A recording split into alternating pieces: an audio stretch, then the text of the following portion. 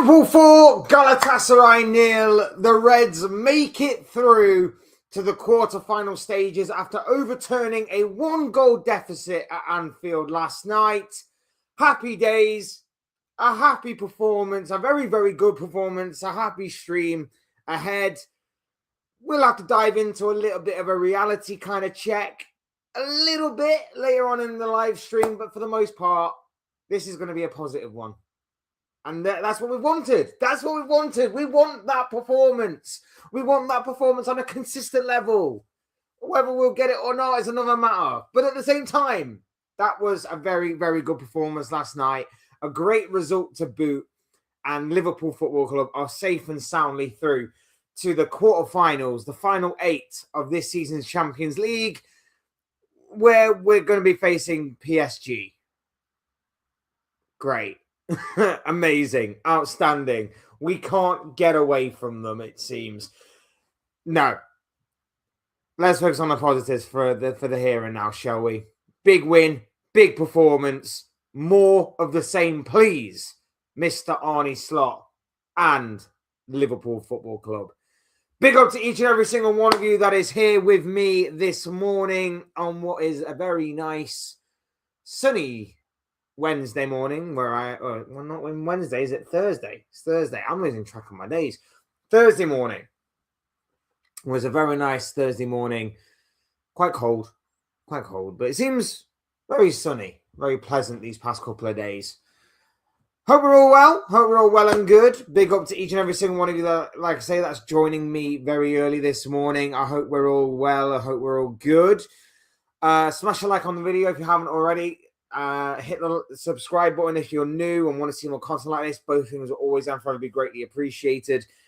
And of course, get involved in the chat, whether you're popping in just to say hi, whether you're whether you've got something on your minds, whatever the case may be, whether you're talking football, whatever the case may be.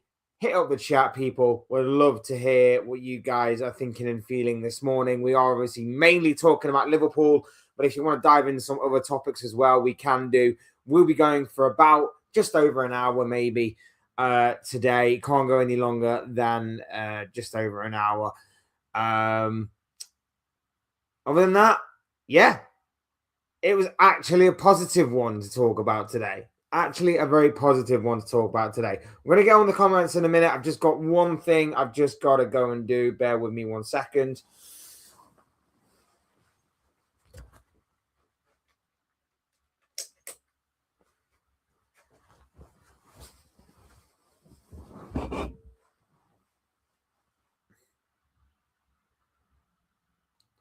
There we go. That's better. Yes, big up to you people, and already the chat is going off. Dean is already here, ladies and gentlemen. Big up to you, Dean. Hope you're doing well, my bro. Better day today than most streams that we have when discussing Liverpool results. Says, good morning, Fletch. Well performance by Liverpool last night. It was so refreshing to see. It really was, bro. It really, really was. Was it helped by a number of factors, including the fact that Anfield was pretty much 100% Liverpool supporters, made it a real hostile atmosphere for Galatasaray. We controlled the atmosphere and the confidence grew on the pitch as well. And you could see that resonate with the players and with the players and even the manager, who was very animated on the touchline throughout the entirety of the game. They really did play on the crowd a lot during this game, and it really did help settle the nerves a little bit, and of course maybe unnerve at the same time Galatasaray in the process. It should have been a lot worse for Galatasaray. Yeah. I mean, I don't get why McAllister's goal was chalked off for offside. That was strange. Mo Salah obviously missed the penalty. So there was a couple of moments there where we could have actually further inflicted damage to Galatasaray. But, you know, didn't really need it in the end. Didn't really need it. 4-0 was enough for us to obviously get across the finish line, overturn that one-goal deficit from the first leg, and advance safe and soundly through to the quarterfinal stages.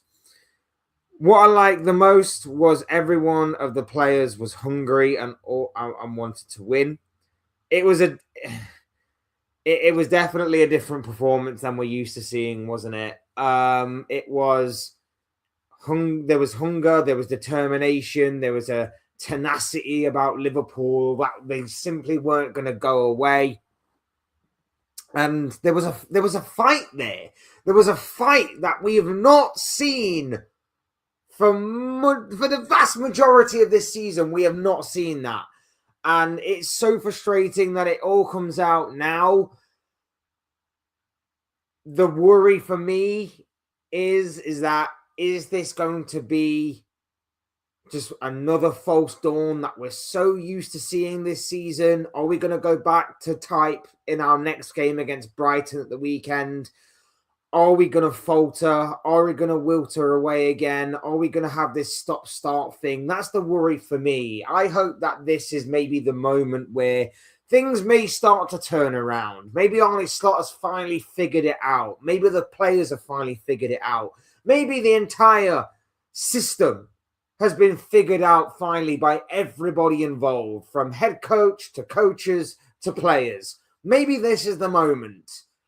But again, I've said that so many times after good performances this season, and there haven't been that many, but you can figure them out.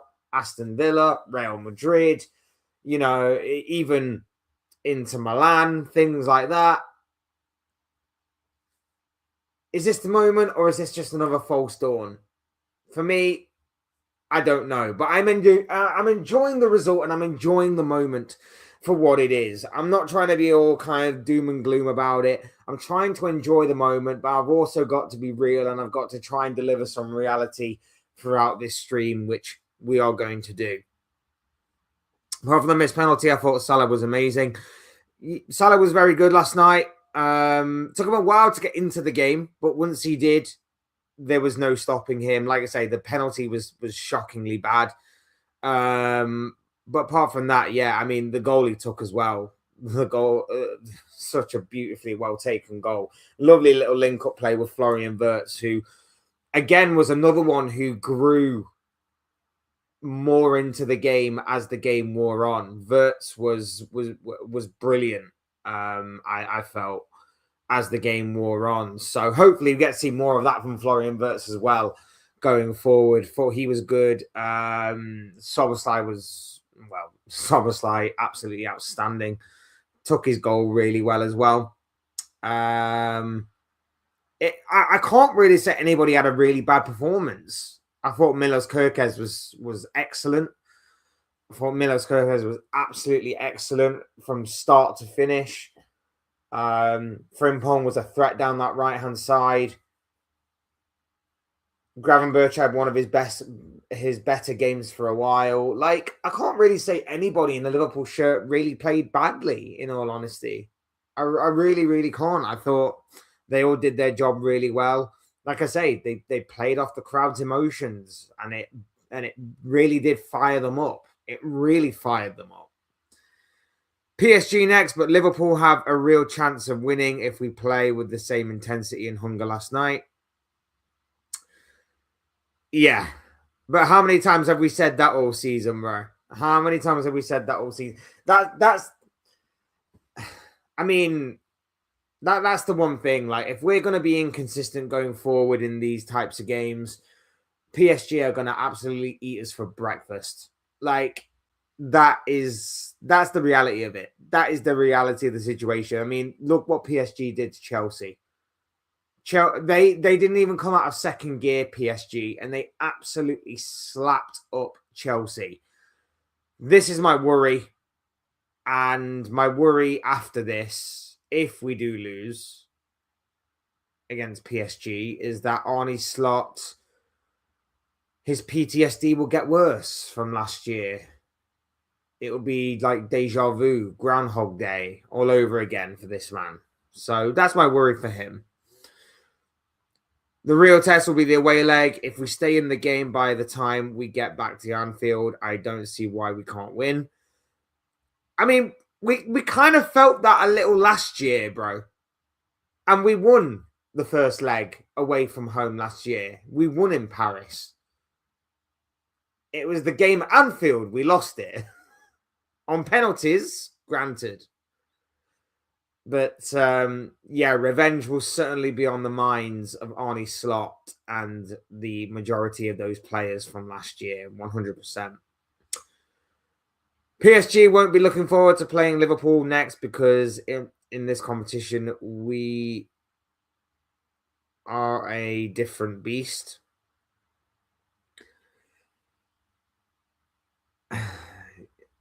It's so awkward because I don't know what Liverpool side will turn up. I don't know if what we're seeing right now is a Liverpool side that have decided to put all their eggs in the Champions League basket. And if so, that to me says that Arne Slot is desperately fearing for his job.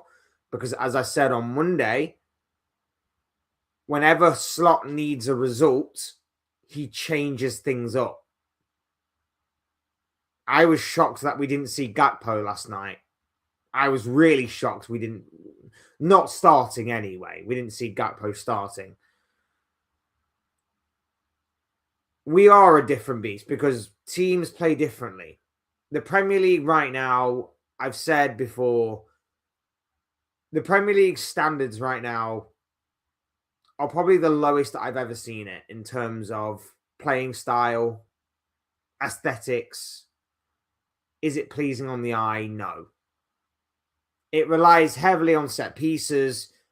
We do the same, by the way. We're just as bad as the rest. We rely on set pieces and opposition teams making poor mistakes. But we can't handle whatever the Premier League throws at us. In Europe, it's a little different because in Europe, teams play more to our strengths. I think we'll beat Brighton on is it Sunday? Saturday or Sunday? Saturday, isn't it? Because for whatever reason, we're the early kickoff on a Saturday. But they haven't done it for any other team this season, which is so freaking weird. The Premier League are stupid. Whoever's making the scheduling this year is just stupid. But I think we'll beat Brighton on Saturday simply for the reason that Brighton play out from the back. Brighton try and play football back to front. And in doing so, it often leads to errors and mistakes on their part. And we will capitalize on that and we will win that game. That's my genuine prediction of that game. Teams in Europe do the same thing. They don't rely heavily on set pieces. They don't rely heavily on being direct or long throw-ins. For the most part, of course, there will still be a team or two or three or four that will. But for the most part, it will simply be a case of trying to play football out from the back. And Liverpool thrive on that. That's what Galatasaray tried to do yesterday.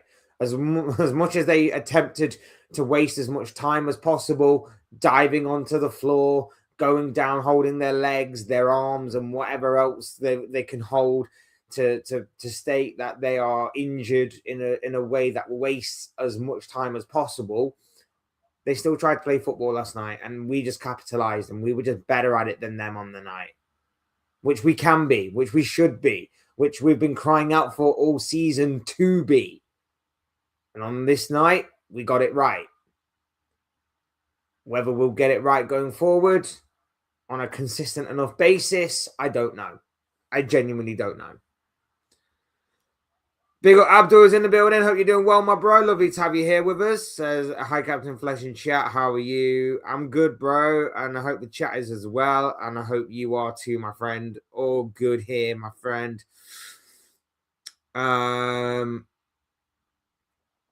We are playing PSG next round in the Champions League quarterfinal. Yes, we certainly are. It is a repeat of last year.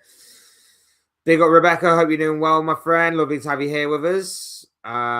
Next game, Brighton in the Premier League, Man City FA Cup, PSG Champions League, Fulham Premier League, PSG Champions League. This is a make or break games now, or will be out of the Champions League, FA Cup, and top four race. Yeah. This is the run-in. This is the run-in between now and the end of the season. Like I say, I think we'll beat Brighton. I don't have much hope of us beating Man City, despite City's recent run of form. But I do feel like if City are coming off the back of maybe removing themselves from the title race and maybe even losing the Carabao Cup after being knocked out of the Champions League, the FA Cup's all they've got. So they're going to obviously put all their eggs in that FA Cup basket. So that could obviously be terrifying for us. PSG in the Champions League, the first leg away from home. I kind of agree with what Dean was saying about staying in the tie in the home leg, taking it back to Anfield because you never know. Like I say, I just obviously had to bring up the fact that we tried that last year and that didn't quite work. But I get where Dean is coming from 100%. Like I say, it's not a foregone conclusion that PSG will win against us, but until proven otherwise by performances and consistency, I've kind of got to lean more towards PSG in across both legs. The Fulham game, I think we're at home for that one, so I think that one might be okay. But again, Fulham are tricky. You never really know what Fulham side's going to turn up. But like you say, definitely a decent run of fixtures for us to really test ourselves against. But whether or not we'll come out smelling of roses or not remains to be seen. Big up Reluctant Gamers in the building. Lovely to have you here with us, my bro. I hope you're doing well, other than, like you mentioned here, Barca smashing you yesterday. You were all right in the first half. And then what happened in the second half was that Barcelona just adapted. The first half went exactly how I imagined it. Very open. Barca, obviously, we know play a high line. They can attack. We know that. We know that it was going to be very difficult for you to keep them quiet for an entirety of 90 minutes. But at the same time, in saying that, I knew you'd have chances because Barca's high line against Elanga, Gordon, and Barnes was just... There was too much pace there for there not to be moments for you guys. And you had those moments. Is the problem was that when Barcelona went 3-2 up at half time, it was the worst possible time for you to concede. I know it was obviously a penalty, but it's the worst possible time for you to concede because all Hansi Flick did in the second half was just adapt to the pace of your front three, draw you out a little bit, and it allowed them to then take advantage. And you kind of played into their hands a little bit in that aspect, and there were some individual errors in certain cases from your boys, but overall, like, I wouldn't say it was like a proper smashing. I think the scoreline somewhat flattered Barcelona a little bit. But yeah, I mean, I know obviously on paper it doesn't look good, but I would say the scoreline kind of flattered them a little bit. They deserve to win, don't get me wrong. They definitely deserve to win. But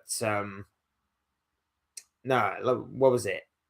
8-3 was it on aggregate in the end? It finished 7-3, 8-3, something along them lines.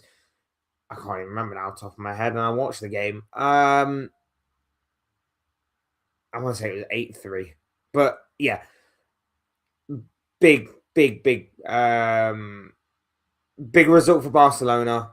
But like I say, I think the scoreline somewhat flattered them a little bit. Good result for you guys. What Reluctant Gamer says here. I mean, yeah, I'm in a game that I had no idea what to expect. We passed it with flying colours, and we did really, really well. And we did really well last night. The performance was great. The result matched the performance. Like, that's all I've been asking all season, for results to match the performance. Performances to be very good. Even if we don't end up winning the games, at least put in a good performance so that I've got something to kind of believe in and go off of going forward. And we did that last night. We did it to great effect. We got a good performance and we got obviously a brilliant result. And that's what I want to see more of. I'm not 100% convinced that that might be the case. Like, I don't know. I genuinely don't know what to think anymore. But I'm enjoying the moment. I'm enjoying the result and the performance for what it is.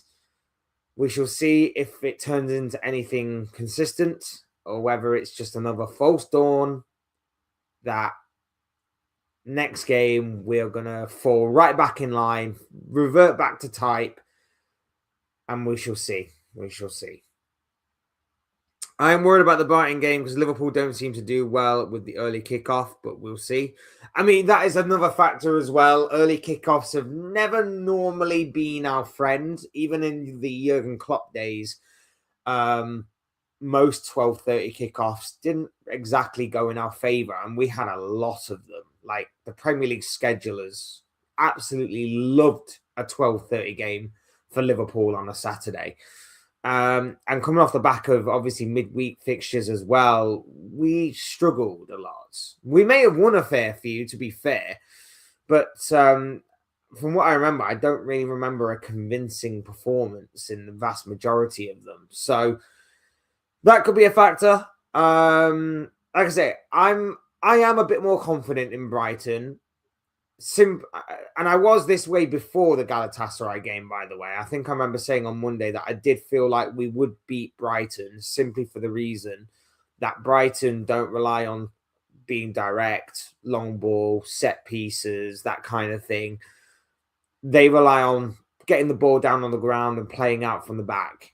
And that could lead to mistakes like it did in the reverse fixture of Brighton versus Liverpool some time ago. So I'm a bit more confident that we will win against Brighton.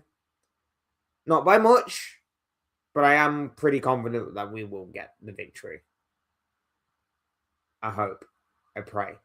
Now that I've said that, Brighton are probably going to turn into prime Barcelona against us. So we shall see.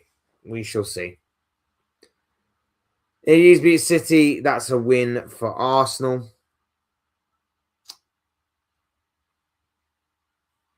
Yeah. FA Cup pretty much then goes to Arsenal, doesn't it? Arsenal are going to win the quad, aren't they? Arsenal are going to win the quad. That's a horrible, horrible thought. That is a disgusting thought.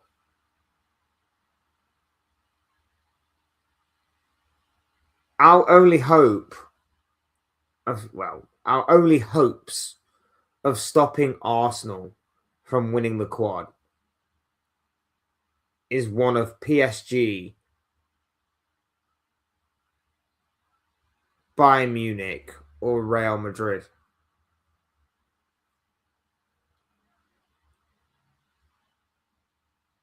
That is a terrible, terrible thought process I've just gone through. Premier League's done. They've won the Premier League. That's one. If they win on Sunday, that's the second piece. They're getting easy runs in the FA Cup. Their run has been ridiculously straightforward in the FA Cup so far. I wouldn't put it past them to get the winner of what is it? So unless Port Vale somehow manage to surprise Chelsea and beat them, they'll get Port Vale in the semi-final, or they're going to get the winner of, what is it, Leeds West Ham? Is that the other one? I think it's Leeds West Ham, isn't it? The easy tie. So they're going to get that. They're going to get that tie, which sees them through to the final. And their run in the Champions League is pretty straightforward. Could be a bit tricky in the semi-final. Atletico or Barcelona, an all-Spanish affair there. Could be a bit tricky there. But would you really put it past them to not make it through to the final? Probably not.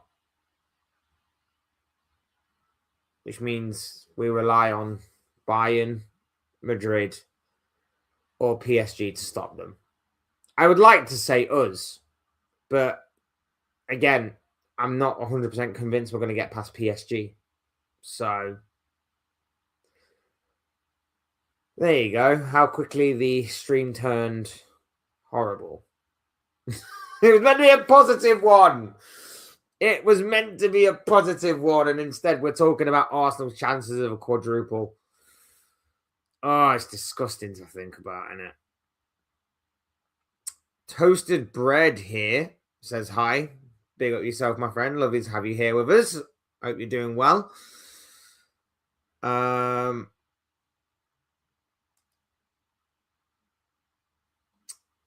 Tougher test to follow. Next, PSG and Man City. We are very inconsistent side, and our form is up and down. Yeah, we are very much like a yo-yo at this point, my friend. Very much like a yo-yo, up and down, up and down. I've got no idea what Liverpool side is going to turn up on what given day. So, fingers crossed we can actually do something in those games. Give City a good run for their money. Give PSG a run for their money as well. But again, I just don't know. I've been down this road too many times this season of false starts, false dawns. Every time it looks like we may have turned a corner, we do a 180. We just basically do a 180 again back into the corner. Like it's just so it's just been so repetitive this season, that kind of stuff. So repetitive. And I don't know. I don't know. Like last night, for example, like the goals we scored were brilliantly well taken. Played some nice football at times. Everybody looked confident. Everybody looked assured of themselves. It was good. It was a proper feel-good game. We didn't even lose our heads when Galatasaray were trying every kind of dirty tactic under the book to sort of under the sun to waste time, and the referee was buying everything that those Galatasaray players was selling. We kept our heads cool.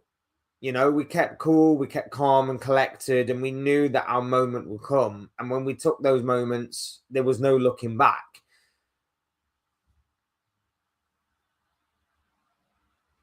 So I don't know whether it was just because it was like 100% Liverpool fans in the building. The atmosphere was epic. The atmosphere was electric. And we thrived upon that. We tried to get the crowd involved in the game as much as possible, feed off that energy, feed off of the voice of the Anfield crowd and what have you. I don't know whether it was just because of that helped us get across the finish line, as well as obviously inspiring confidence in the team for the performance, or whether it was just genuinely down to just slot and the players actually pulling their finger out this time and doing something. But I need to see more of it before I can make that kind of judgment. You know what I mean? You know what I mean? Too much side-to-side passing, backwards passing, boring and slow football by Liverpool. Yeah, talk of our season, bro. The talk of our season. Losses and draws are unacceptable this season. Again, they happen, but to this frequency, you are 100% correct. Big up Crystal's in the building. She says, hi, hope you're doing well, my friend. Lovely to have you here with us.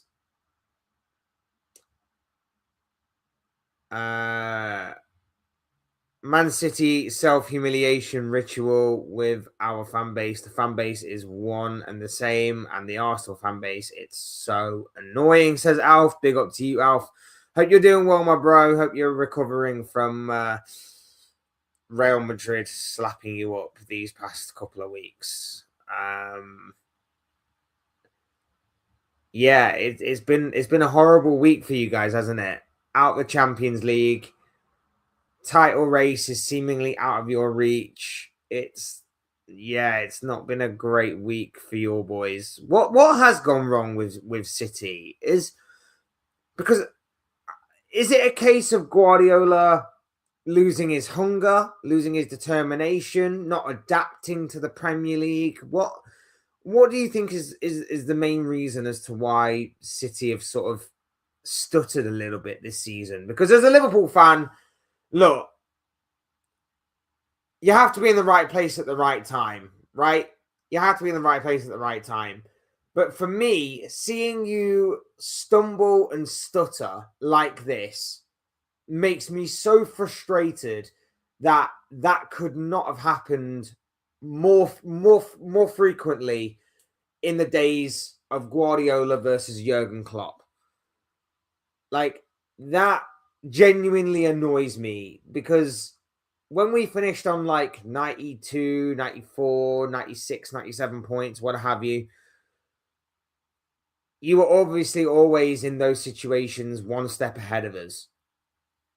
And it just annoys me that Prime Pep and Prime City were just that good of a machine to be one step ahead of us, even though most seasons with those kinds of points tallies, we would have gone on to be successful in the Premier League. But you were just one step ahead of us. So it annoys me that on the 1 year that Arsenal could win it all, you've decided, no, we're not going to push you this year. I mean, we're bigger failures, by the way. I'll give you that. We are bigger failures. But at the same time, in saying that, you guys haven't helped either. Instead, we could be genuinely talking about a quadruple charge for Arsenal here. And like I say, that absolutely sickens me. Absolutely sickens me. Gotta go, Fletch. Lovely to see you, my friend. Lovely to see you too, man. Always great to talk football with you, Dean. And hopefully it won't be too soon before we do so again.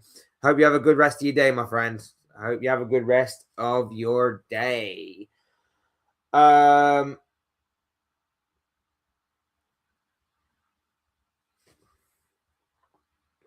Kvaratskhelia, Neves, Vitinha, Dembele, Doué, Hakimi, Mendes. All PSG players, all will be chomping at the bit to once again knock Liverpool out of the Champions League.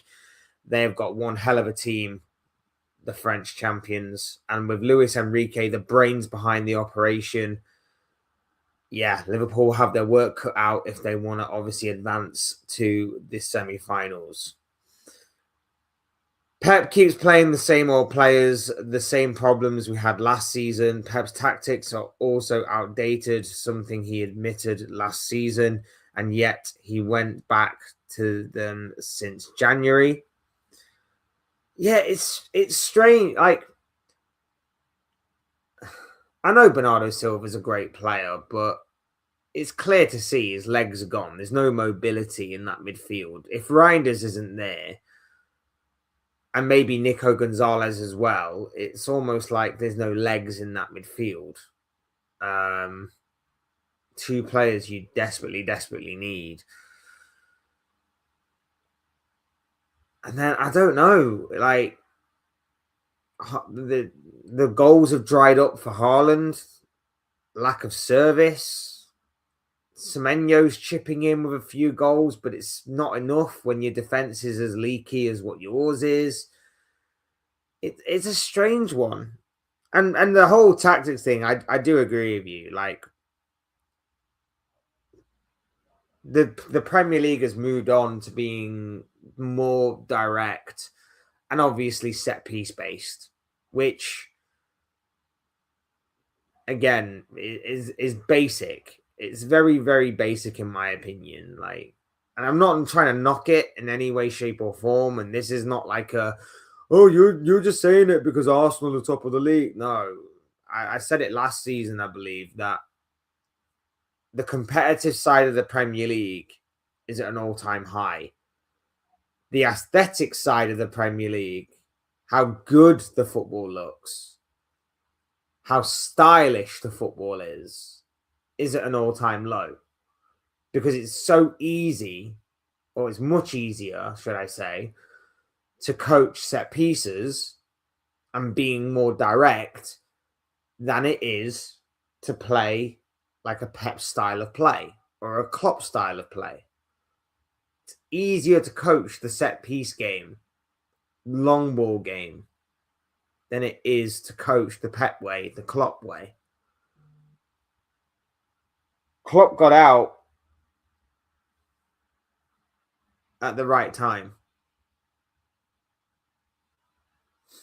Klopp got out at the right time. And this is why I've said in a couple of videos now, I think Pep goes at the end of the season, you know.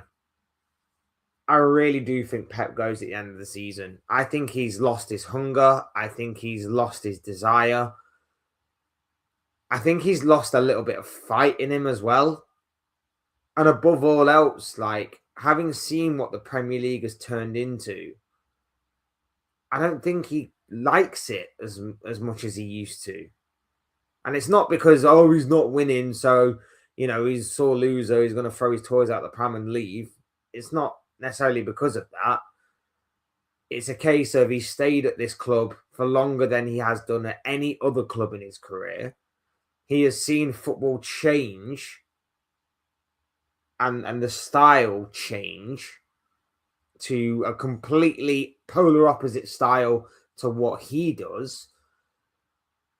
And he's not willing to change. He's not willing to change his approach, which means that maybe for the improvement of Manchester City, they need to go for a manager who's more suited to the current style, whilst also maybe trying to find a way that when trends evolve and when football evolves and when football continues, that they can stay one step ahead of the curve, which is why they appointed Guardiola in the first place.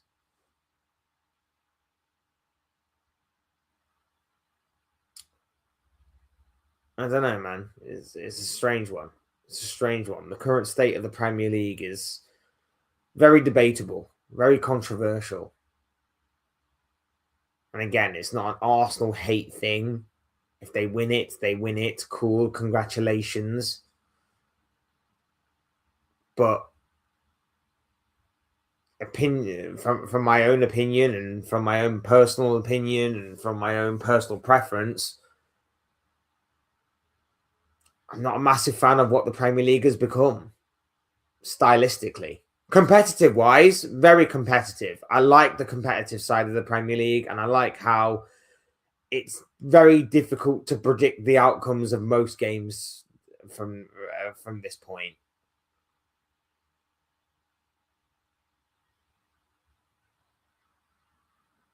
But that competitive side comes with a caveat that the styles of play are a bit more basic. A bit more basic. It is what it is, man. It is what it is. Despite Haaland not being great right now, he is still our top GA provider in this period of time with 6 in his last 12 Premier League games. That shows how dependent we are on him.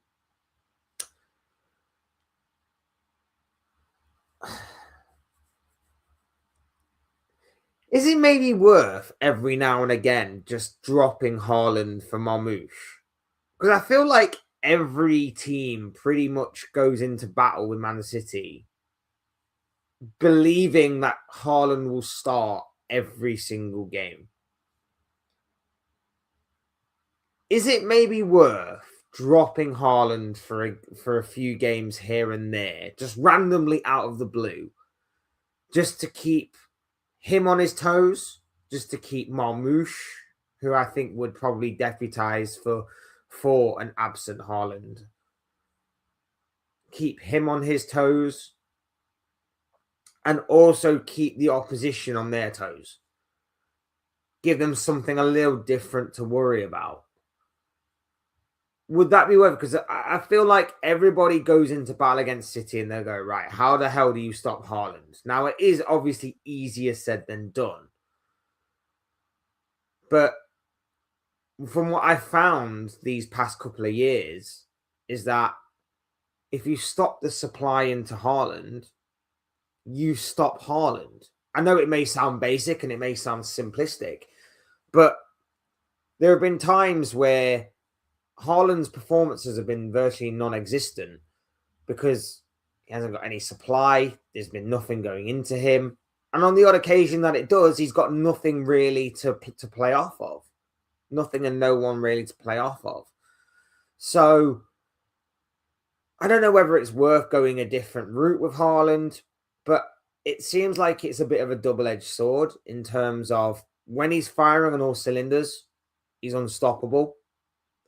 But at the same time, you are kind of one-dimensional, as you mentioned, with how dependent you are on him, that if he's not scoring, no one else really is scoring. And I know that Semenyo is going for a good spell right now, but again, you need other players to chip in. You can't be relying on just two players. You need other players to be chipping. You need Doku to be chipping in more. You need like Foden to come back to not just being a purple patch merchant, but actually showing some consistency throughout. You need Shirky for some consistency. Reinders. These are the types of players that need to step up when Semenyo and Haaland are not.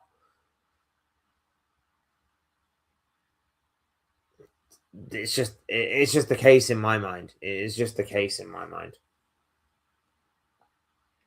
Marmoush has one Premier League goal in 17 games. The problem is a lack of creativity, and Marmoush doesn't fix that. No.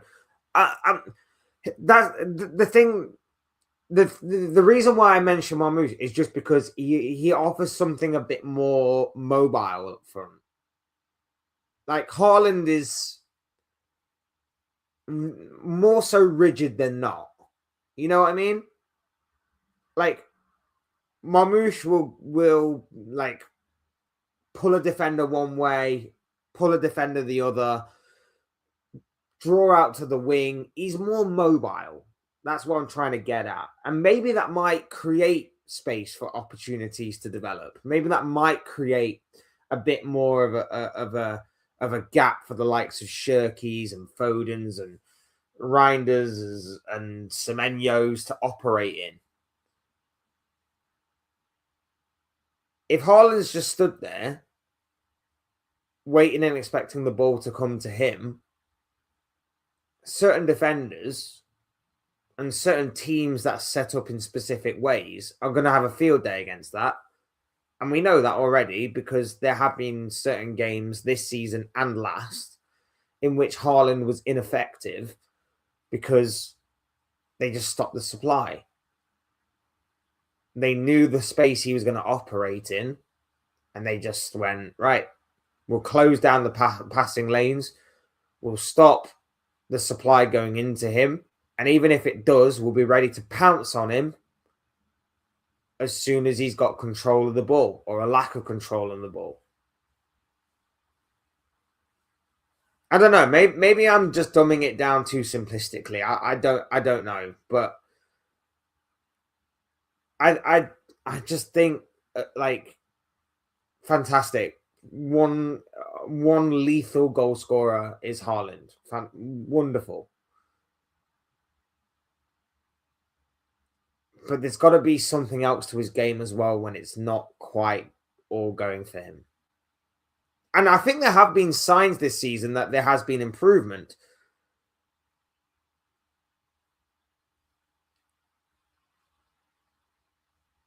I just think that there could be more. There could be more consistency on that part. I hope what I'm trying to say makes sense, by the way. I hope what I'm trying to say makes sense. None of what you said is a striker problem, though. That's all in midfield. No striker in the world other than Harry Kane can do anything about that. Yeah, I mean, it's up to Guardiola to obviously find a way. I get that. But like I said, that's the double-edged sword that is Haaland. It's essentially a case of you've got one of the best strikers in world football. But the downside is that you've got one of the best strikers in world football, in which a lot of people think, right, take Haaland out of the game, City have got very little. And that could include creativity. That could include players outside of Haaland to chip in with goals and assists and things of that nature. And it doesn't always happen for City, and it hasn't necessarily happened for City these past couple of years, which is why you didn't win the title last year. It's why you've struggled in the Champions League since winning it. It's why you've struggled in the FA Cup. Even though you got to back-to-back finals, you lost them both.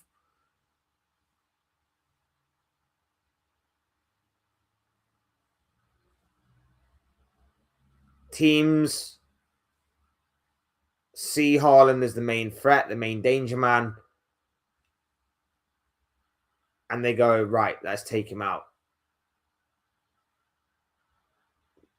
Let's take him out.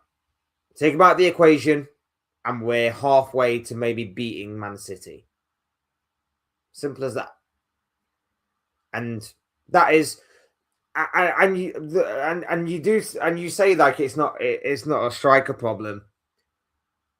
It kind of is, because although, you know, Haaland is set in his ways in terms of the striker he is, again, a different striker may offer something a little different. Let's say you had Bobby Firmino, for example. False nine type of striker, rather than a proper striker like Haaland. In games where you need to open up a low block, a disciplined low block that is just going to stand there and clear balls away that go into the box and have what have you. Someone like Firmino to drop deep, to pull out wide, to kind of stretch the defense, that would be needed. And therefore, there can be a bit more creativity that could occur there. I don't know. It just, like I say, it just seems to me like I say, it just seems to me like as fantastic a player and striker as what Haaland is, it can backfire on you, and I think we're starting to see that right now. City having very little outside of Haaland doesn't get fixed by dropping him. We used to have KDB, Mahrez, Silva, etc. You can't triple mark a striker if that means giving Kevin De Bruyne lots of space. Yeah, you've won titles by using false number nines. There's no doubt about it. But there is a reason why you use false number nines. Sometimes it was through necessity, because you didn't have options there. And sometimes it was through playing a certain way that opened up defenses more easily. And you've done that. There were times where you had Gabriel Jesus to capitalize in that position, and you decided, no, we'll go KDB as a false nine. We'll go Sterling as a false nine. May not have always worked, but I guess it would work more often than not, because that's what made you so successful.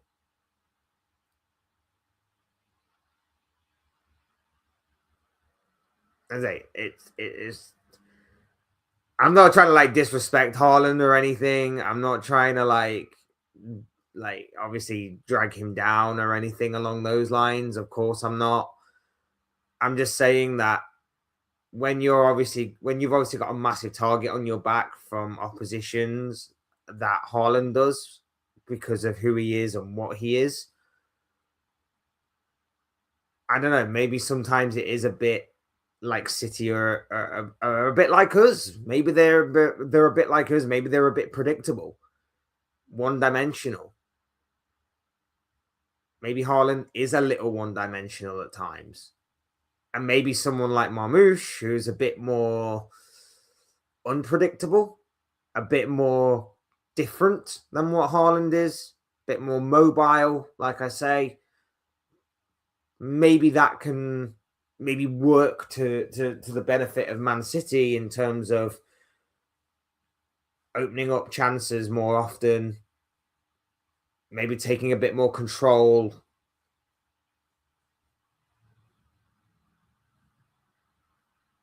Because because again, you look at the West Ham game, for example, it just didn't work. It just didn't work. He had all the chances in the world, all the opportunities, just didn't work. And one-off games like that can happen, but there's been a fair few games this season you've drew. Even taking the lead in some of them to draw. Those are the ones that have cost you the most.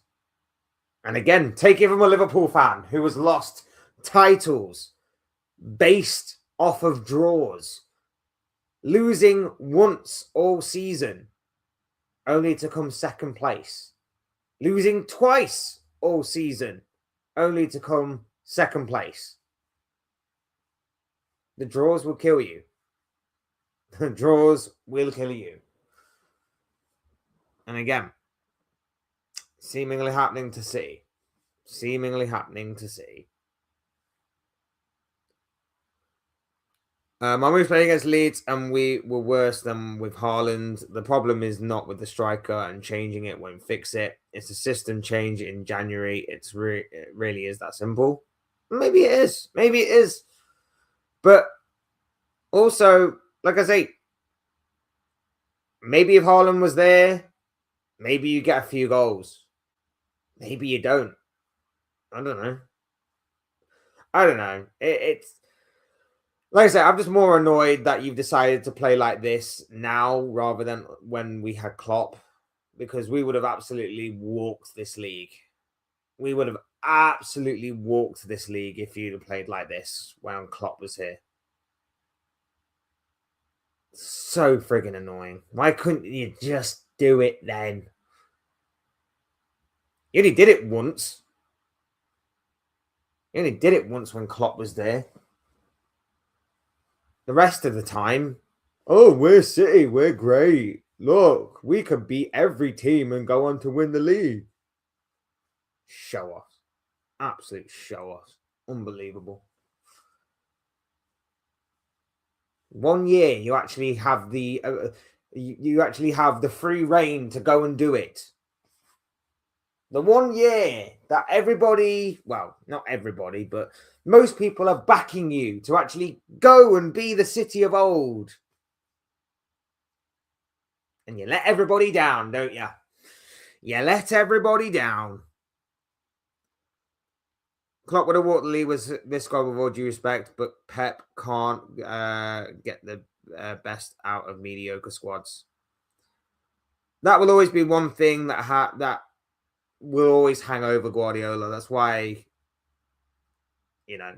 when people compare him and Sir Alex Ferguson as to who is the greatest of all time, it's Sir Alex Ferguson. As much as that pains me to say, him being obviously a Manchester United legend, it is Sir Alex Ferguson. Unfortunately, he is better than Guardiola in that respect, because Fergie rebuilt squad after squad after squad and won titles. And he won titles even with poor squads, and he won titles with elite squads, and he won titles with good squads and average squads. And he won trophies with them, and he won multiple trophies with all of those range of teams. Guardiola needs certain things to go in his favor, and right now things aren't going in his favor. The league has changed since he first got here. He hasn't adapted. I also think some of City's signings in recent years have not been great. Since you won the Champions League, I'd say those signings haven't been great, to be honest. They've been somewhat questionable.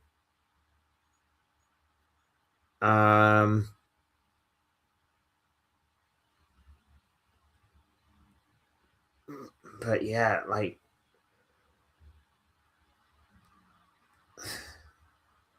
I don't know. I'm just still annoyed that the one season you're actually allowed to go on unbeaten runs and win games and stuff, you just decide not to.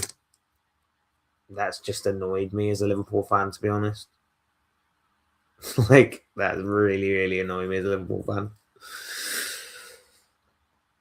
He also built Man United up from relegation side, and is one of the reasons why the Prem became the best in the league in the world, best league in the world, because it definitely wasn't when Fergie arrived. Well, when Fergie arrived, it was more it was more Serie A and La Liga still, wasn't it? That was that was the main focus. But, yeah, he was. I say, pains me to say it, as he's a United legend, but yeah, most certainly the GOAT.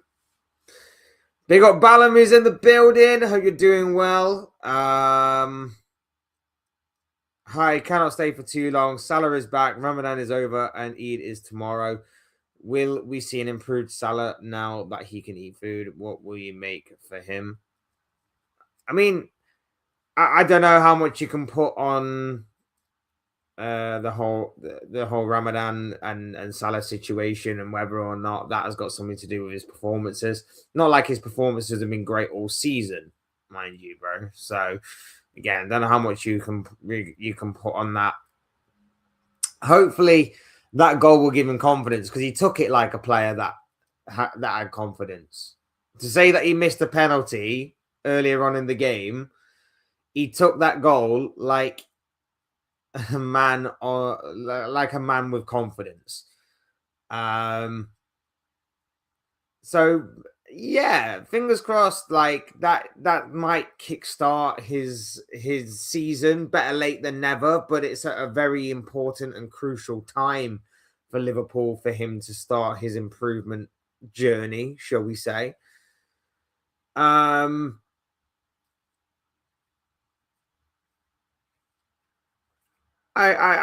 hope so. I hope the improvement is going to be there, but if not, then we all know what's happening in the summer. And even if he does improve, I still think in the summer he's probably going to be going anyway. So we shall see when it comes to Salah. The Premier League was ranked as the bottom of all of the top 5 leagues by quite a margin in 1994. Yeah, like I say, Italian football was thriving at that point. Look at how far it's fallen now. La Liga's always been strong. Yeah, Premier League was just was a slow build, slow burner, and then Man United took over. Then the money started pouring in. Then Chelsea rose to prominence. Arsenal, obviously under Arsene Wenger, we can't forget about Wenger and his influence, and Arsenal as well. Liverpool were always still a big name, even if they'd fallen off massively. That's what created the top 4. That's what created the top 4, and that's what obviously helped English football rise to where they currently are right now.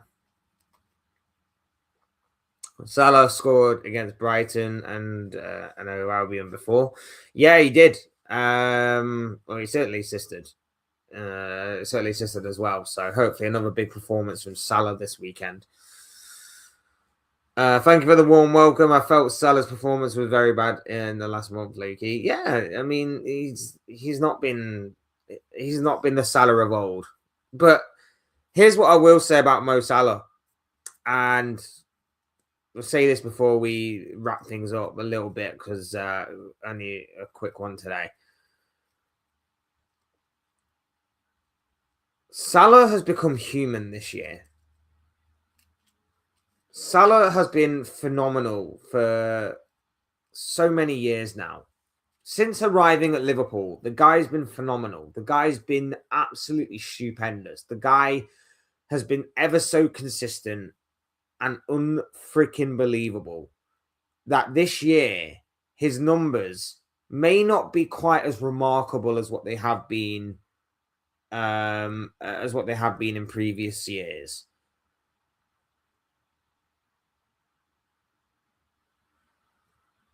But they're still all right, you know. I mean, considering that, and again, I don't wish to bring them into this, but they don't help themselves by bringing themselves into it. Considering that Arsenal fans constantly big up Bukayo Saka as the next big thing, and some even suggest he's actually a better winger than Mo Salah. If you look at the output alone, their goals and assists aren't too dissimilar this year. They're not. And Saka's been in a much better Arsenal team than what Salah has been in whatever the hell this Liverpool team is. That's why they're thriving in every competition. That's why they are top of the league in the Premier League. That's why they are into the quarterfinals of the FA Cup, quarterfinals of the Champions League. Got a Carabao Cup final on Sunday.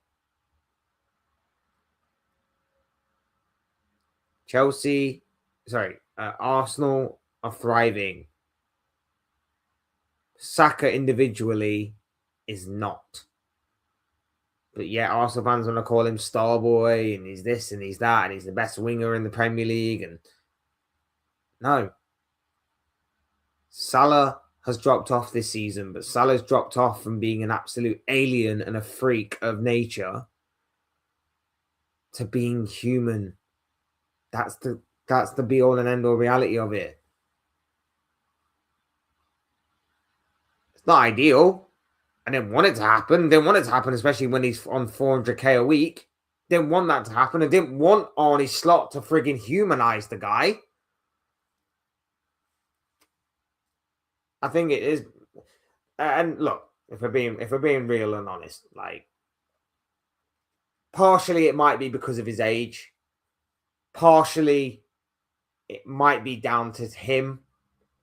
And partially it might be down to how the manager's playing him, as we have previously discussed on a number of live streams, right? But at the end of the day, like, the numbers he's still got this season, they're still not completely terrible. It's just humanizing. Salah's performances have been mid all season. I don't think Ramadan is the issue. I agree with you, bro. I agree. Premier League predictions when? Today, tomorrow, Tottenham have a must-win game. Yeah, that's going to be a massive game. Tottenham, Nottingham Forest on Sunday. Massive game for both of those clubs. But yes, Premier League predictions video will be out tomorrow.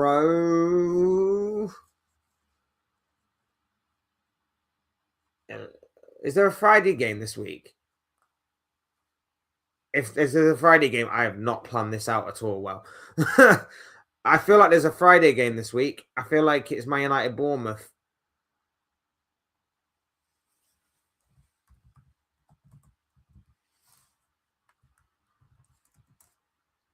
Yeah, there is actually. There's a Friday game. Premier League predictions video will either be out. It's probably likely going to be tomorrow morning. It will likely be tomorrow morning. So my plan is that tomorrow morning will be the Premier League predictions video, and Saturday morning will be Carabao Cup final preview. Carabao Cup final preview. There you go. I don't know why that echoed. Any thought on Chelsea fine thing? I have no thought. Kieran Maguire spoke about this on his Price of Football podcast before in explaining everything. Chelsea ratted on themselves.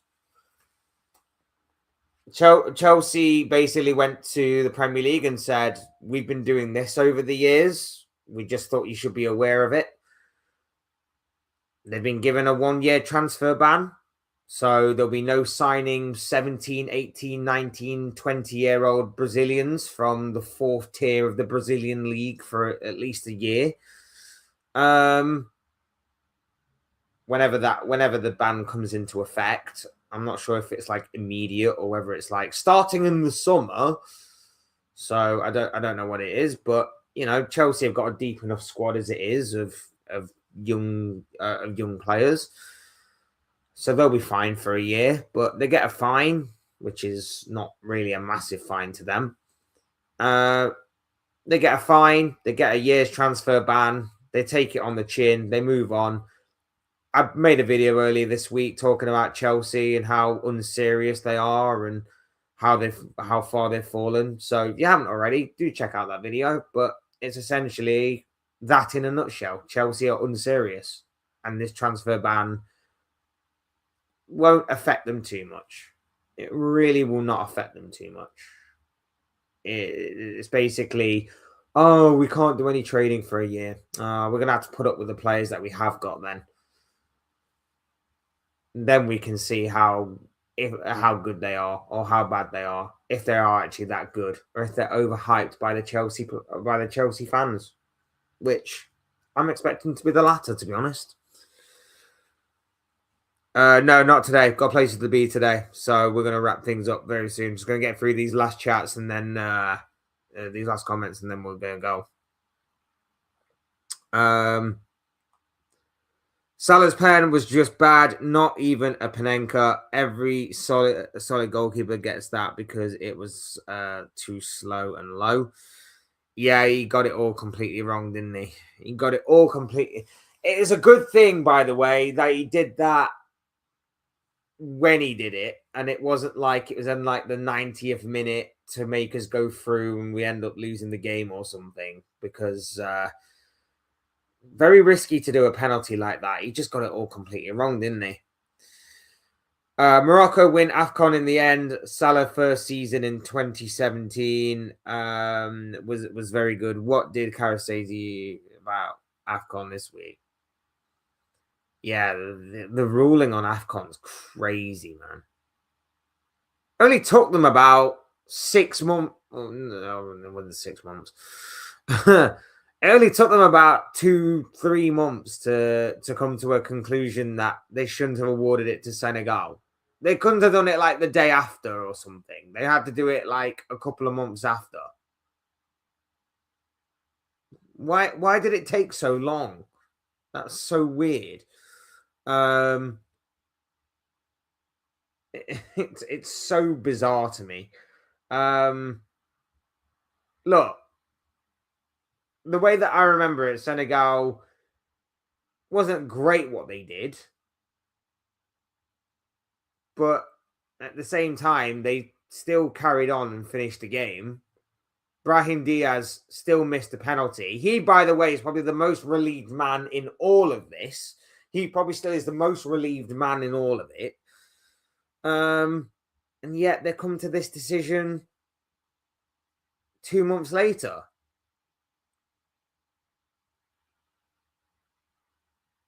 I'm surprised at the length of time it took. It's so weird. I'm surprised, and obviously, if this was the case, why didn't the referee call it there and then? That's another thing I don't quite understand. I don't know. It's an unprecedented and weird situation. It's so bizarre. It's probably something that we've not still heard the end of. I mean, the ruling is probably the end of it, but I'm sure that Senegal will retaliate in some way, and already some of the players have put out their displeasure at seemingly giving up their winners' medals. But where does it stop? You know, have people who made a bet on Morocco winning the AFCON, have they been paid their money for now them winning AFCON? Have betting companies paid out in that regard? Of people being forced to give back their winnings for cashing out on like Senegal winning it or whatever? Like, where does it now stop? 2 months after the final was played out. It's so weird to me that it took that long.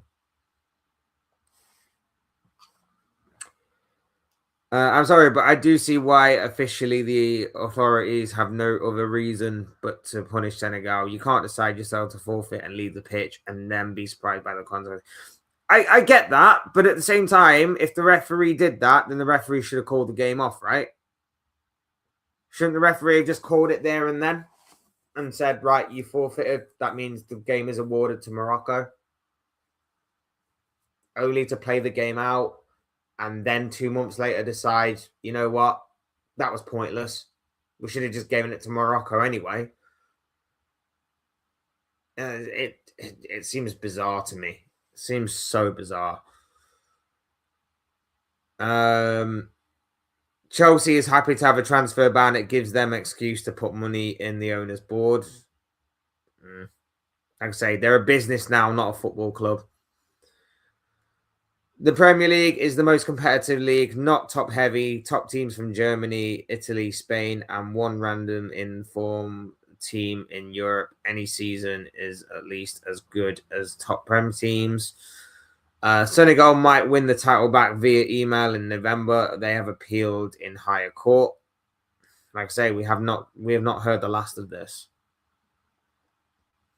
If I was Brahim Diaz, I would post an AI video on my socials where my Panenka goal goes in and then do a knee slide and win AFCON. Bit of shithousery. Nothing wrong with it. That would have been epic if Brahim Diaz did that. Like I say, he's probably the most relieved man in the world right now, but we shall see how far that goes and that lasts. It's just because Morocco complains, so the CAF, and it's literally written in a rule 84. If you collectively walk off the pitch, it's an automatic 3-0. Well, how come the referee didn't know that? If the referee had known that, we probably could have saved ourselves the whole trouble of playing out the rest of the game when they did eventually come back on the pitch. It's bizarre. Image in the Prem one easy pen or decision and the team walks off. Sets a bad precedent. This is why Mane was fuming. He and what Senegal did was wrong. Yeah, like I say, I'm not denying it was wrong. I'm not denying that what they did was wrong. Decisions happen in games all the time. And I kind of get, like, obviously it took place in Morocco. There was a lot of conspiracy theories that everybody wanted everybody in officiating wanted Morocco to win or whatever the situation was in regards to the host nation and the host team being in the final and caving into the pressure of the home fans or whatever. But at the end of the day, we all know that dodgy decisions go against teams all the time. Some days it will benefit you, some days it won't. It's very fickle like that. Bad to act that way, 100%.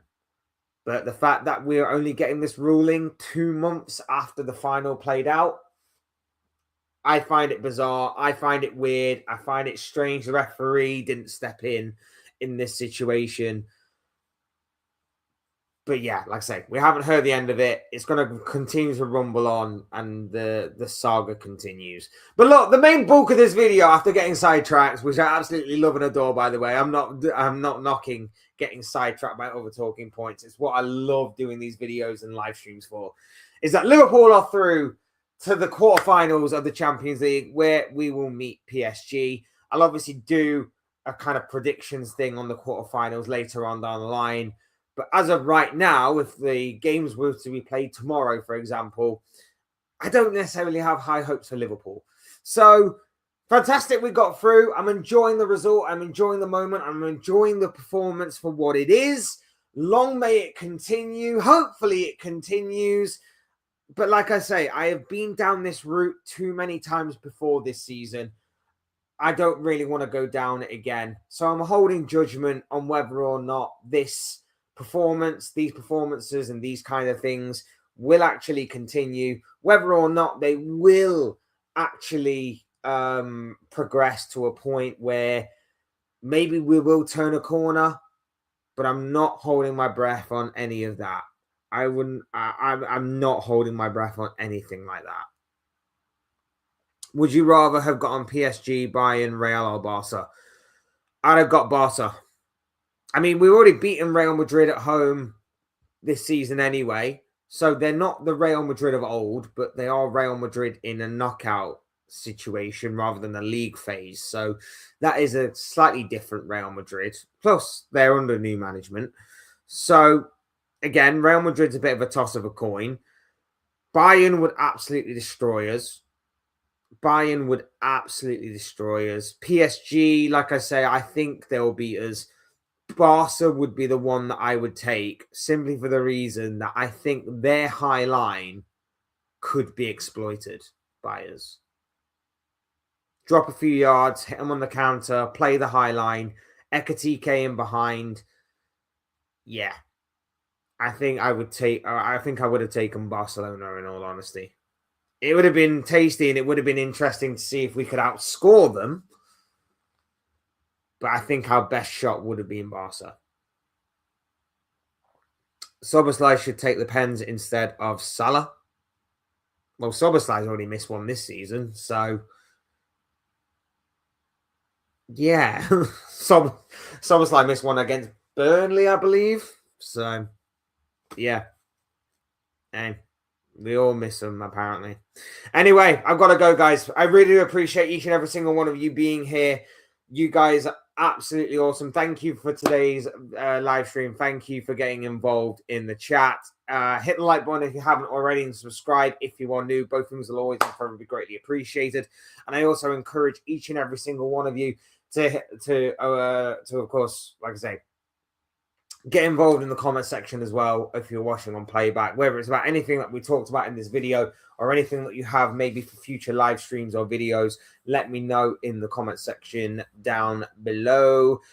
Like I said, you guys are absolutely awesome. Thank you for being here for today's live stream. Big up to the chat. Big up everybody that's here, and big up to the love and the support that the channel's been receiving. I absolutely love and adore it and can't thank you guys enough for it. So thank you, thank you, thank you. As always, I've been Fletch. This has been another Fletch Talks video, and I'll see you speak with you all again soon in another video or live stream or whatever it may be. Cheers, guys. Thanks for watching. Take care of yourselves. Enjoy the rest of your day. I'll speak to you all again very, very soon.